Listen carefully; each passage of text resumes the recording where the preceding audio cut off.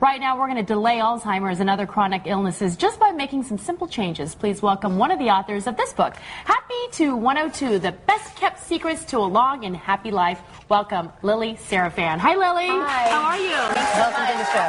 Thanks for being here. Nice to have you back. So, why did you decide to write this book, you and your co-authors? Well, at the time, we were in the process of developing a caregiver training program geared towards those caring for seniors. But we came across such a wealth of information that applies to people of all generations that we decided it was too empowering to keep to ourselves, and that's why we put it in the form of a book. And you studied some people in Japan, because they were living long lives, right? That's right. Folks may not know that Okinawa, Japan is home to the longest living and healthiest people on Earth. It's a place where heart disease and cancer and Alzheimer's, what we consider age-related diseases, simply don't exist. Is it the rice? I was going to say, is it the fish? Sushi. Sushi. Absolutely. The fatty fish is definitely a part of the diet, along with 4 other areas of lifestyle factors that contribute to their incredible health. So it's not genetics. It could be lifestyle changes? That's exactly right. In fact, 1/3 of your longevity is based on genetics, but guess what that means? 2/3 is based on lifestyle factors, things that we can modify starting tomorrow. So you're never too young. You're absolutely never too young. In fact, so many of the tips that we outline in Happy to 102 are geared toward those even already in their 80s or 90s. Wow. Okay, so let's just talk about some of the categories you have in the book. Healthy diet. What kind of changes should we do to delay Alzheimer's and other illnesses? Well, a great rule of thumb is if it's good for your heart, it's good for your brain. So that means your cholesterol, your blood pressure, upping the antioxidants and omega-3s, just replacing some of your snacks, defaulting to fruits and vegetables as opposed to a heavy meat diet. It is amazing. Not only does that make you look good and feel good, but it helps you to delay the onset of dementia. Is there some things you can do, like exercises, that, not be a couch potato, for example? Absolutely. People may know that physical activity helps their heart and helps them feel better, but I spoke about it last time. It affects the memory region of your brain. So physical activity, again, can help you delay the onset of dementia, which is something that I know everyone is concerned with today. Yes. So people in their 60s, 70s, and 80s, I mean, what kind of exercise? Are you talking about walking, or what can they do? Sure. And so it could be something as simple as walking. What happens, in fact, is not only does muscle loss contribute to a lack of physical activity, but also a fear of falling, since it is a leading cause of death for people already in their 70s or 80s. And you can address that in a few ways. Wearing sturdy shoes, a wide rim hat to reduce glare, or having a professional caregiver with you so that you can feel safe at all times. Okay. Wow. And then, how can we sharpen our minds? Do those games work? Like, the crossword puzzles and... You might think that's too good to be true, too easy to be true, but I'd have to tell you that that's exactly right. Crossword puzzles, Sudoku, memory exercises, even just remembering what you ate each day can definitely improve cognitive function. Can you go backwards? I mean, somebody who's already started with symptoms, is there some way to... slow it down, slow it down. Yeah.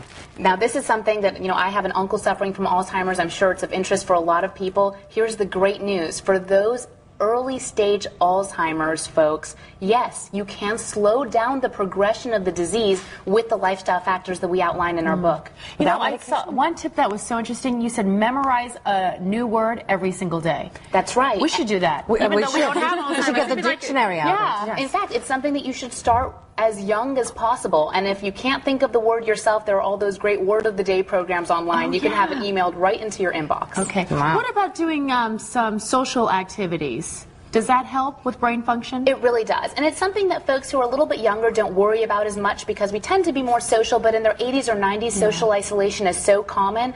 What we love to recommend are games like Bridge because it's a combination of social ties and mental stimulation. Okay. Get them both taken care of at one time in a fun environment. That's a good idea. If you have someone in your family or in your friend group that you think might be starting with this, how can you notice? What are the signs? How can you know the symptoms of the disease? Well, it can be simple things like wandering, forgetfulness, finding maybe even little scratches on the car that indicate that perhaps someone was confused when driving in the day or at night. And the best thing to do is just to consult with your geriatric physician or healthcare professional. Now, do we want to live to 102? You said, this was interesting, because you said, when we were talking about this earlier, you said, I don't want to live to 102. And I said, that's because you're your age. At my age, I'm thinking 102 is looking pretty good.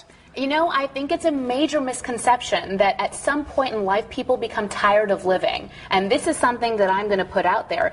says, I'm tired of living, we consider it suicidal thinking. What? We have to start developing the same mindset for those in their 80s or 90s. What about in your 30s? It's not, I just want to take a break. I don't want to, that's it. No, it's a major misconception. If those in their 70s knew it was possible with a few lifestyle changes to live another 30, 40%, that in itself would give them the positive outlook on life that it requires to live a life of healthy longevity. You also talk about home care, and that's very important to living to 102. Why is that? Well, home care in many ways. One, it's the best way to maintain independence for those already in their 80s or 90s. If you're suffering from some form of dementia, keeping clients or seniors in a familiar home environment is incredibly important. It also reduces the risk of falling or infection. So all of those things combined make home care the best alternative. Versus just being at a facility. That's exactly right. Unknown to them? Well, a facility, there are a few things. You typically have one caregiver for every 12 residents versus one-on-one in home care. So that's just another factor that contributes to the importance of home care